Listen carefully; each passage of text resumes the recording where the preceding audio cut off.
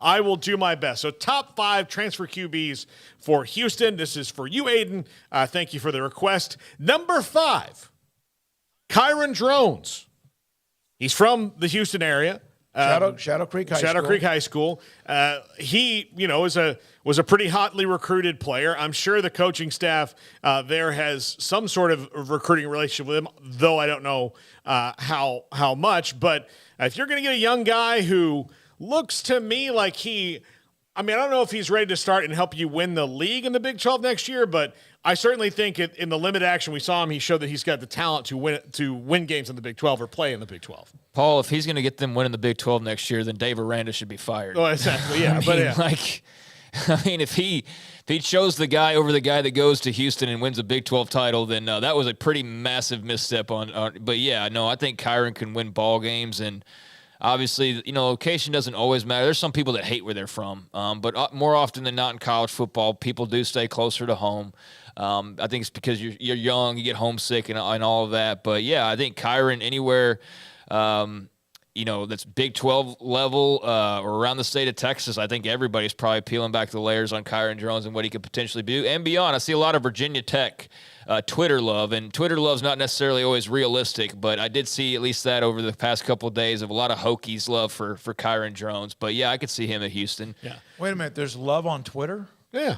Okay, good. Some. Number 4 depends on what they can do for you. Number 4, Haynes King. This one, also from, he's from close-ish to Houston. Longview's not exactly just a stone's throw, but 3 hours, 2.5.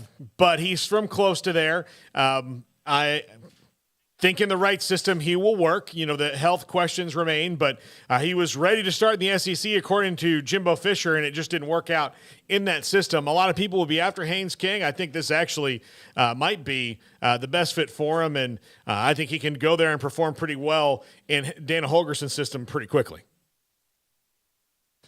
I don't know what he's going to do next. I really don't. Who wants to play for Holgerson right now? Yeah, that's a big question for me. Like, I don't know. That's not specific to Haynes King by any means, but I do want to say that just in general of like, what are you signing up for with him at the moment? They had the benefit of having a super veteran quarterback in Clayton Tune and didn't take nearly as much advantage of that as they should. But yeah, Haynes will be he'll be a hot commodity in so many ways, but I feel unfortunately for him, it's basically because of name recognition and nothing to do at all with his game at this point. Yeah. I think there needs to be a severe reevaluation of exactly where he belongs, because it wasn't at A&M and it wasn't in the SEC at this stage in his career.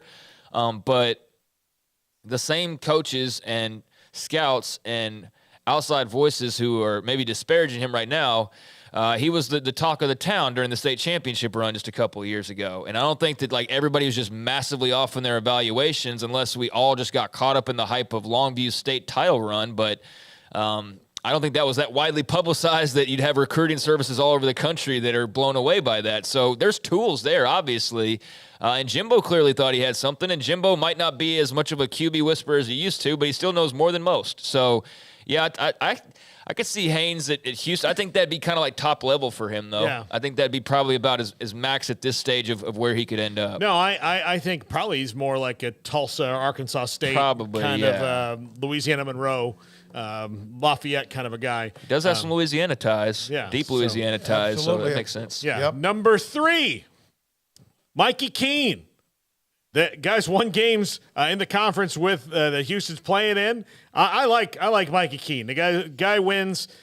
He is not going to be, I think, anybody like the Devin Leary of the transfer class, but he is savvy enough and veteran enough to come in and help a team win pretty soon, especially if they have talent around him. Although, like you said, Craig, I don't know what's going to happen at Houston. Like Dana Holgerson's going to have to, kind of do a reboot there. I'm just saying, if you're going there as a grad transfer for 1 year, you're fine. But if you're going there with hopes of playing like 2, 3, 4 years for the same guy, it's not the safest place in the world right now. That takes out a guy like Kyron Drones or Haynes King, or If you're going because of Holgerson, yes. Yeah, exactly. Yeah. If you're going because of Holgerson, that's what I'm saying. I wouldn't bet on him being there for 3 years right now with my next paycheck. Especially if the Big 12 transition in year 1 doesn't work out, just based on the caustic things that are kind of going on. Yes. Mikey Keene, though, we saw, a little less than a handful of games for him. He was definitely a fun player to watch. Obviously, John Rice Plumlee was more of their, dynamic runner that kind of made things happen. But Keene did a great job, when he had his opportunities. You wonder if UCF had a couple of really healthy quarterbacks down the stretch.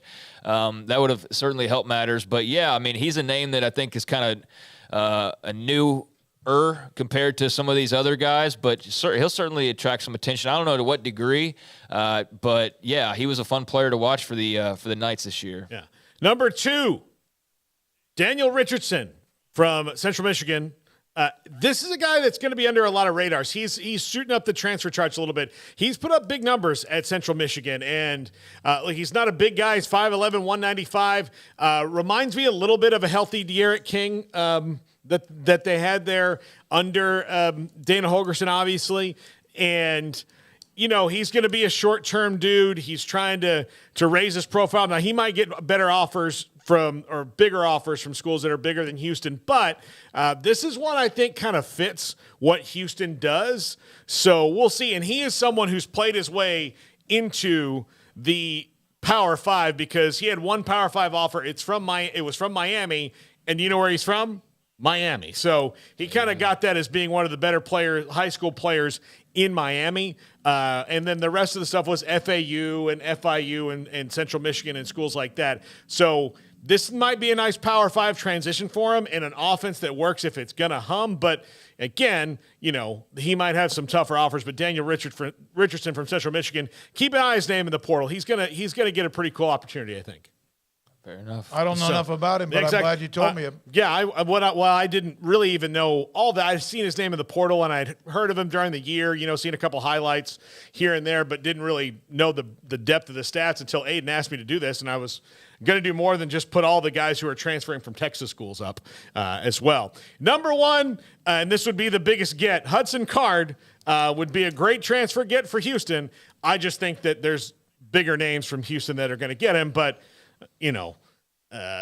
he's a pretty good fit for a lot of offenses, including Dana Holgorsen's. So I like the way he handled himself. I like the way he handled the opportunities he had. I like the way he handled when things did not go well. I just something about that young man that I really do like. Casey Thompson was a starter in and out at Texas. We know that at times he was brilliant, at times he was not. He ended up having a pretty good year for a bad team. And I Craig, you think Casey Thompson's better than Hudson Card or vice versa? No.